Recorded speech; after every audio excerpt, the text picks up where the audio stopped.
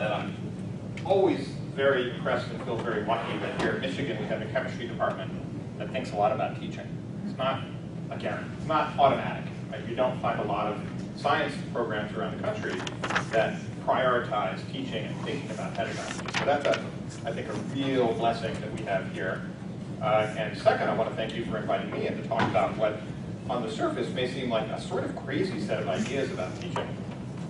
But something that we've been experimenting with across campus in lots of different contexts, and thinking hard about what the undergraduate classroom experience is like, where some of the strengths and weaknesses may lie in that experience, and how we can bring different metaphors for teaching into play, pun intended, to think about this space.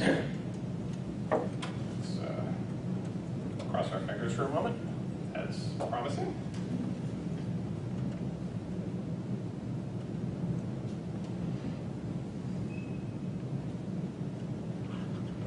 Okay, I think we're all ready to go.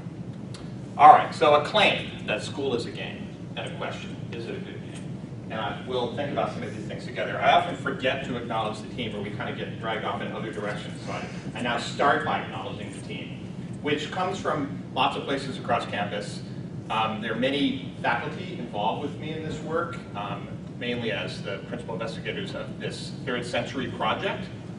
You may recognize some of the names from education, from political science. James Devaney is the director of the Office of Digital Education and Innovation. Scott Taylor is part of Information and Technology Services. And a number of students, primarily Caitlin Holman, who was one of the originators of this project, Gradecraft, originally when she was helping me GSI an undergraduate course about 5-6 years ago, and continues as my doctoral student now. She's in the dissertation phase, and as the project lead on Gradecraft. All right, so there's a challenge, and this is a challenge that I think most of my colleagues at the university can relate to. We want students to be engaged with what we teach. We want them to work hard and take on challenges, and we want them to take risks and be resilient. But, especially at a place like Michigan, we end up with students who are only used to succeeding. In fact, a general claim that is generally true about Michigan students is that if they have made any mistakes, major mistakes on their way to getting here, they probably wouldn't end up here. You've got to do well on your AP tests and take lots of high-level coursework and get good grades, have a high GPA, be a leader, do well on tests like the ACT or the SAT. I would claim that the American education system, in fact, is mainly geared towards success. Failure is a disaster for most students, especially students who aim to be high-achieving and end up in competitive institutions. So we're in fact training a generation of exceedingly brittle learners.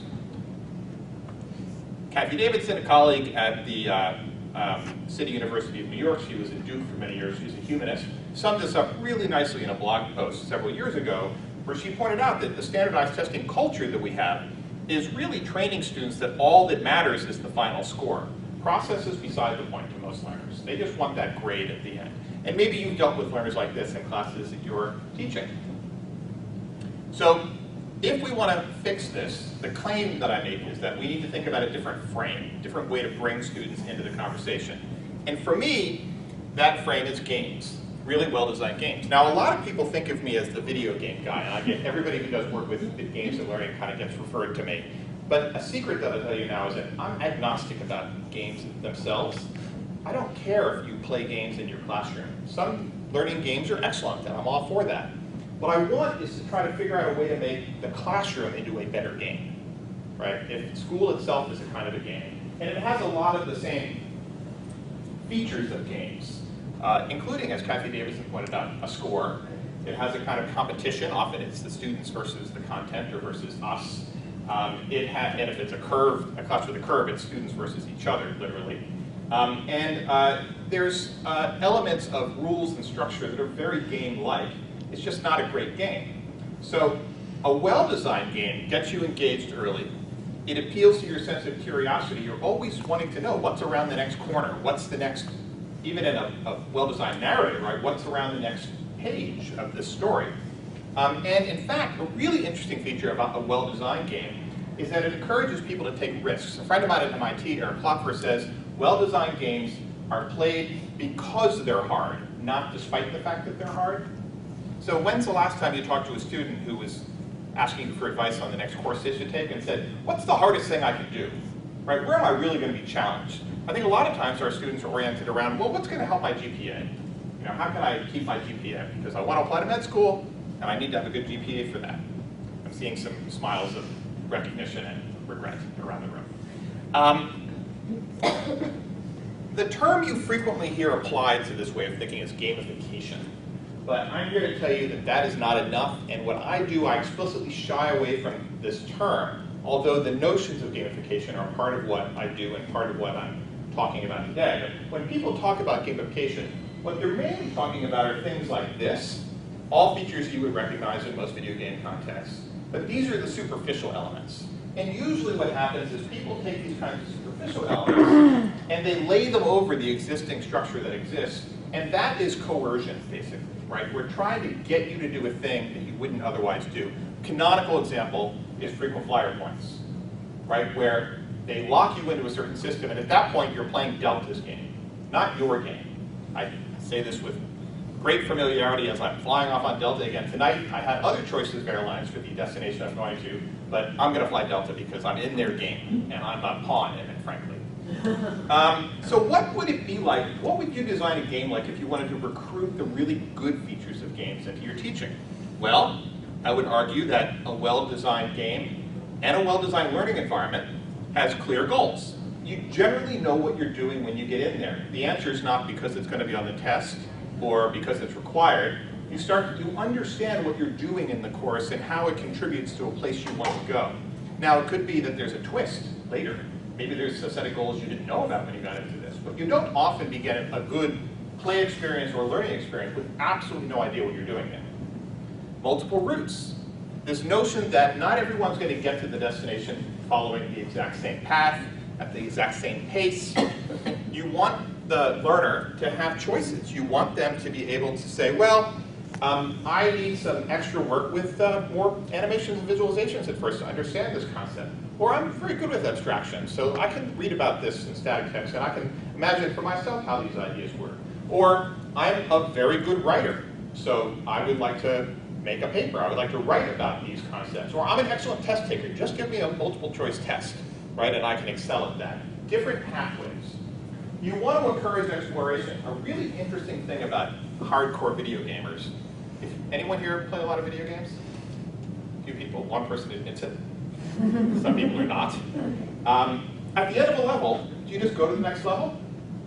Or do you go back and poke around a bit to see things you might have missed in that level? Yeah, you have to check everything. Exactly. You've got to look under every rock, behind every door. And the reason players do that is because frequently what you'll discover are hints to things that are in the game designer's model that will be handy for you later when you face a different kind of challenge that you haven't seen before. If you understand the model behind the game, then that gives you a kind of power that you can exploit later. Well, in science, isn't that what we're trying to do, is get our students to not understand the answer, but understand the structures that underlie the problem. One of my favorite math professors at Berkeley, often, his method of teaching math is to say, here's a problem, we work the problem, and then instead of going to the next problem, he says, okay, what's another way to solve this? It's really about the system behind the math, not the math itself. The fourth idea is affinity groups. We learn best and we sort of are happiest in the world when we associate ourselves with like-minded people or can work in conjunction with other people. So even a single-player game, if it's a popular game, we'd have water cooler conversation about it. Water coolers are things we used to have in our offices where we would gather. Now we have Facebook, but or Twitch, I guess, in the game world. The notion of being in it together, of being on a shared journey is very important, and that's a key part of good education and design too, that most of us actually already are using in our classes in various ways. There's a notion in the world that intrinsic good, extrinsic bad, when we talk about motivation, that we always want intrinsic. But in any well-designed play experience, you often begin with extrinsic rewards.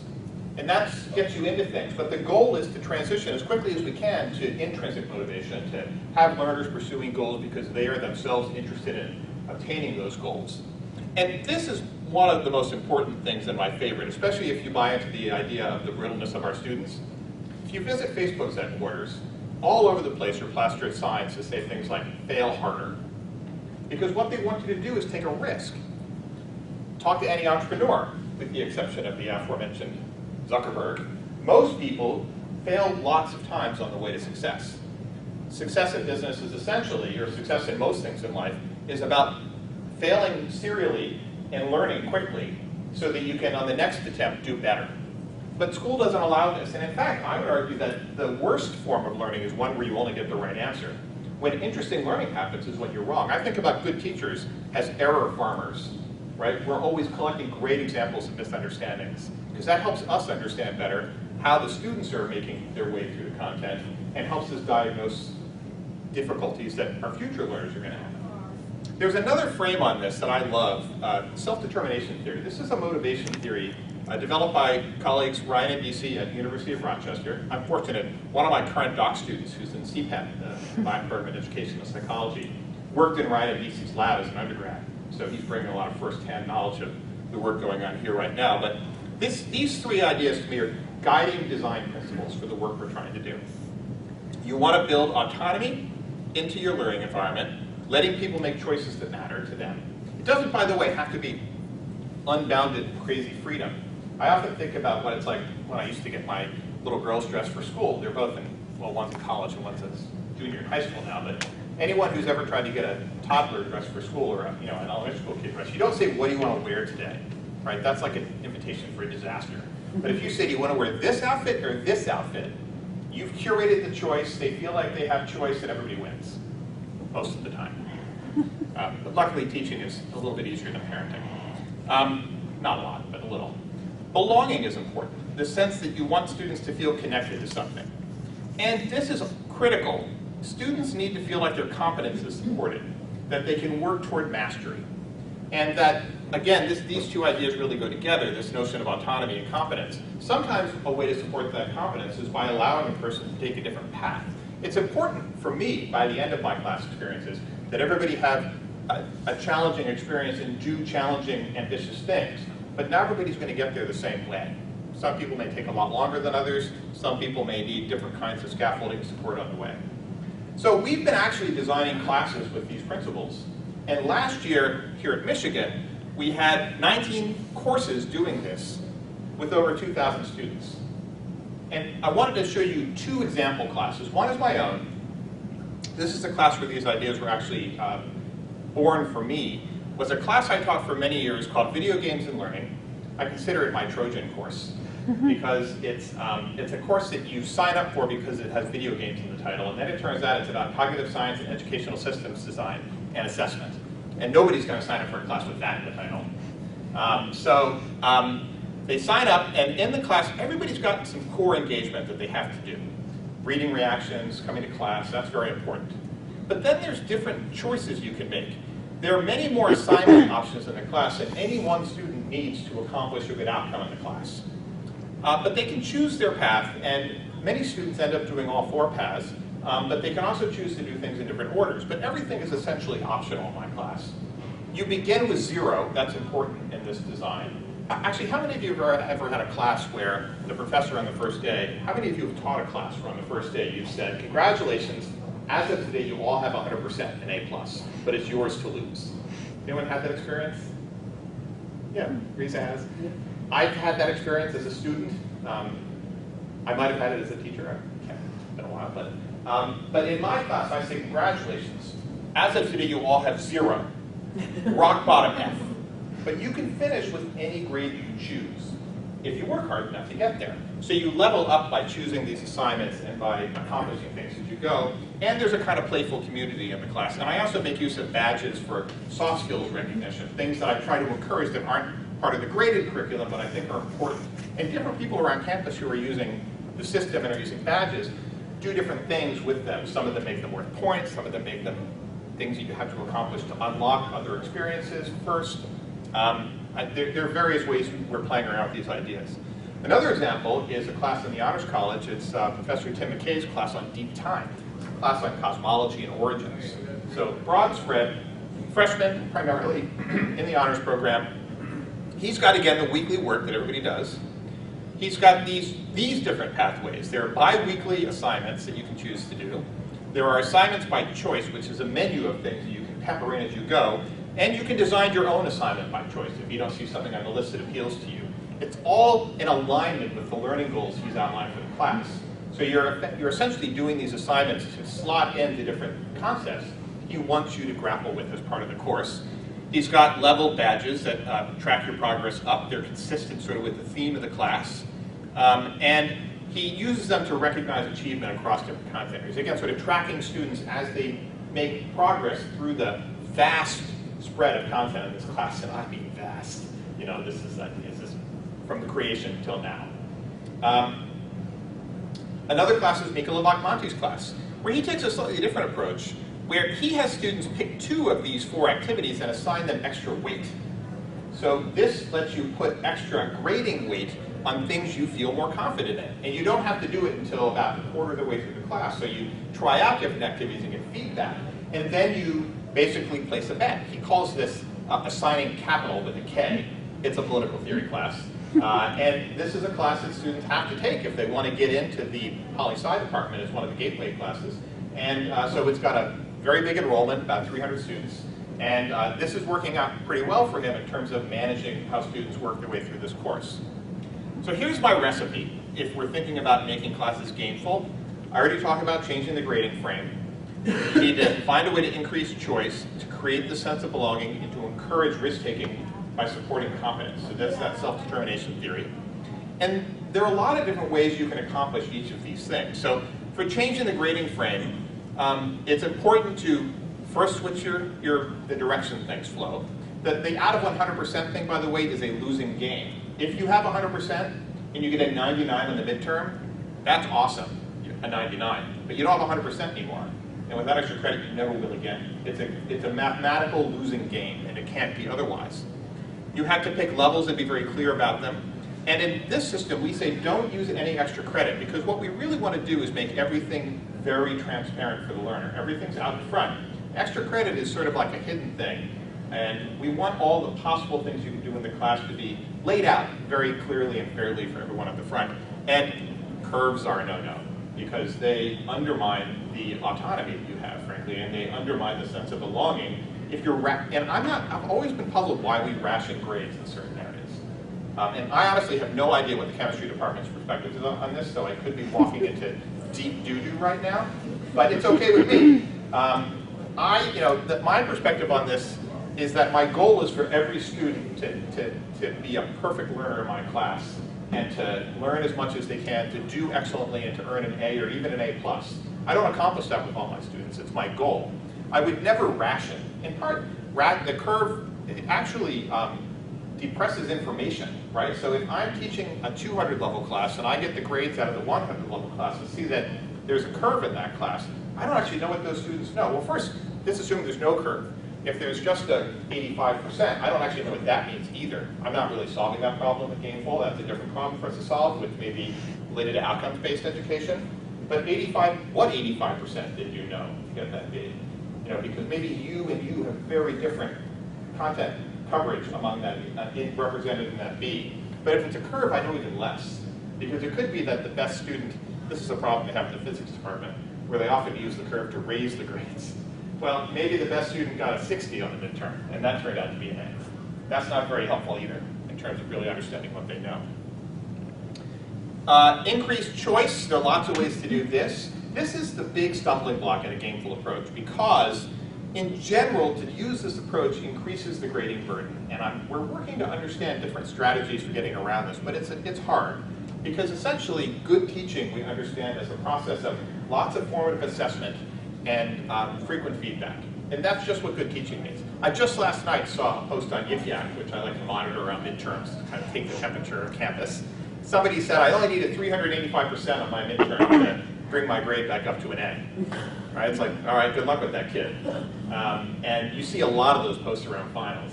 So more feedback, more frequent. I see a lot of posts around finals of people saying, I wish I knew what I had on my midterm so I knew how hard I had to study.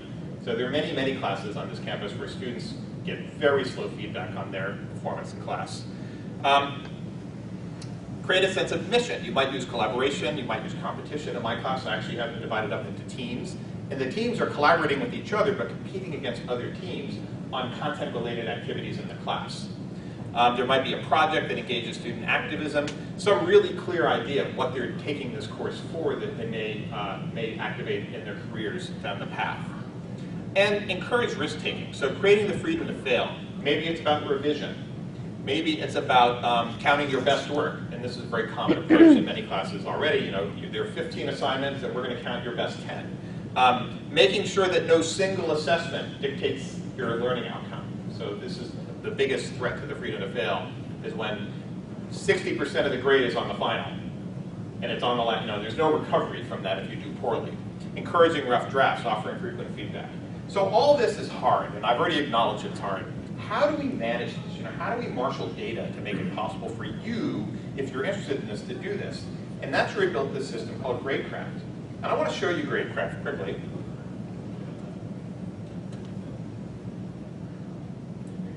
Switch to here mode. That works.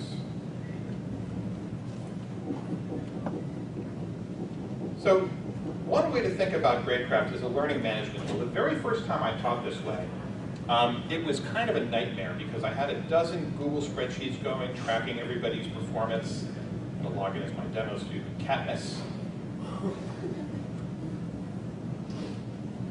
I volunteers tribute. No need, no need. Actually, let me switch to a demo class. This is my actual fall class right now. I'm switching to a demo class. So this is a learning management system, and it's meant, this projector makes it a little hard to see text, but you don't really need to see too much detail. It's a learning management system that you would use alongside Canvas or C Tools or any other environment, or you could just use it by itself. When a student logs in, the first thing they see is this dashboard view, where the heart of it is this timeline. And the timeline is like your syllabus, but electronic, and with direct links to the things you want to do. You can still have a paper syllabus, of course, but this is just another window into the activities of the class. There's a to-do list up here. So this is stuff that's going to be due in the next 7 days. You can see your current point status. You don't have to, by the way, use millions of points. I had a student once ask me, why don't I divide everything by 100,000 to make it easier to manage? And I said, I thought of that when I would multiply by 100,000 to make it funnier. But you could certainly use 100 points, you know, if you're used to thinking in that way, or 10 points if that's how you want to think. In fact, we have an instructor in education who's using a completely outcomes-based approach, and she says there are 12 things you have to do in this class by the end of the term, and you have to demonstrate complete mastery of those 12 things in order to get an A in this class. If you only demonstrate mastery on 10 or 11 of them, that's a B. Fewer than 10, between 8 and 10 is a C, and so on, right? So there's no points at all in that class. You just have to demonstrate that you can do these challenging things, and it's a pre-service class for technology teaching in high school in the School of Education. You can see, this is a box and whisker chart where you can see where you stand. We worried about students understanding this, but it turns out Michigan students have no trouble with box and whisker charts. What I say basically is, not sure why it's reloading her. This is Katniss. She has not been keeping up with the work, mainly because she's a demo student. And so if you're below the error bar here, come see me, right? It's time to go talk to your instructor about what you may be doing wrong, that you're falling so far behind everybody else. And a display of the badges that Katniss has. Like any LMS, it's got a place where you can look at your assignments. You can see descriptions of your assignments. You can submit assignments, and you can see results of assignments. There are some analytics built in, so I can actually see how everyone else did on this assignment after I've submitted and gotten my feedback, sort of benchmark myself. And as an instructor, you can decide whether to turn that on or off. I turn it off sometimes when there's very few students doing something, and it might reveal information about grades that I think won't be anonymous enough. I sometimes turn it off when I don't want to, frankly, get into arguments with students about why they were the only ones who didn't get a certain grade on something. And this is the heart, though, and hopefully we'll be able to see this clear enough. This is called the grid predictor. Remember I mentioned originally how complicated it was to manage all of this in my undergraduate class with so many spreadsheets. Well, the students were confused, too. And if you're trying to provide a lot of autonomy and you don't have a lot of information, that's not productive. Autonomy means good information as well, so you can make informed choices about what you're doing. So the grade predictor is what my student Caitlin Holman and another master's student at the time, Scott Chuyama, built to represent progress. And they built this, and we started using it in class by itself as a way for students to figure out, how am I doing? And what should I do next? So you can see here a few things. So first, this is what you've currently done and currently predicted. And Katniss currently would be getting a D. Everything, by the way, all the labels are customizable in the system. We often find that the labeling and the leveling system works best when you make it consistent with the topic. In the demo class, it's a little bit of a pastiche. But in my class, the levels are names of video games throughout history. In Tim McKay's Origins class, it's it's historical, roughly, evolution of the solar system. And you can call assignments whatever you want. You don't have to call them boss battles or challenges or anything. It could be midterm. That would be perfectly acceptable. But you might, if I were Katniss, I'm trying to figure out, well, so how do I get a grade? If, say I want an A in this class and I currently have a D, what would I have to do? Well, I know that these boss battles are worth a lot of points. These are sort of my final projects in this class. So I've already predicted I would do this well on this one. Maybe I'm going to participate in this group game design project too. And what we've noticed something interesting. Really good students are conservative predictors. People who do well in a class only tend to predict about 80% of the total value of an assignment. Students who do less well say, and I'm going to ace it. No, you're not. Because we try to make these assignments very challenging. I've actually set mastery in any of my assignments as something like 80% of the available points. Because I think if I lay out an assignment rubric, you should master what I tell you to do. That's at a minimum. But there's more beyond to impress me, right? To take this assignment in a direction that I even couldn't have asked for it directly. Our students, this drives them a little crazy at first because they're used to acing things. They want to get an A. They want to do perfectly what you asked. And if they did, then why aren't you rewarding them with perfect scores? Well, they get used to it in the system because the predictor gives them the confidence that even if they're only getting 80%, look, Katniss is already up to a B-. So she can come in here and find things to do in the assignment mix that will allow her to accomplish her goals in this class. So there I'm making, you can see how as I predict, it actually adjusts my predicted outcome. Now, as an instructor, I can tell when students are predicting, but I can't tell what Katniss is predicting. Because as an instructor, again, if you tell me I'm going to do this paper and I think I'm only going to get like a C on it, I can accommodate that, right? So you shouldn't know what your students are predicting about their own performance, but it's very helpful to know that they are making predictions, because one thing we've realized is that a sign of a student who's disengaged is a student who is not using the predictor. They don't know what's going on in class either. They haven't realized there's something different here, and they need to engage differently. So that's gradecraft. We can open up for questions now. This is the sort of the basics of stuff. And oh, I should say that my hope is that, so the Third Century Fund did support us with a very generous grant to try to make this available to everyone on campus and to people beyond campus. So if you're teaching a class here the next year, couple of years, I hope you'll consider this approach, and we will consult with you on how to adapt your syllabus. I think this can work in every content area, but it will look different in different content areas in terms of what kind of sort of game you think you want to play with your students. And we also hope that as you go and find your jobs that are not at Michigan, perhaps, that you will be interested in this and want to bring this with you, because we're going to make it possible for anyone, anywhere in the world to use it. We're also working on sort of a K-12 version, which poses interestingly different challenges, it turns out, than the college version. So thanks very much.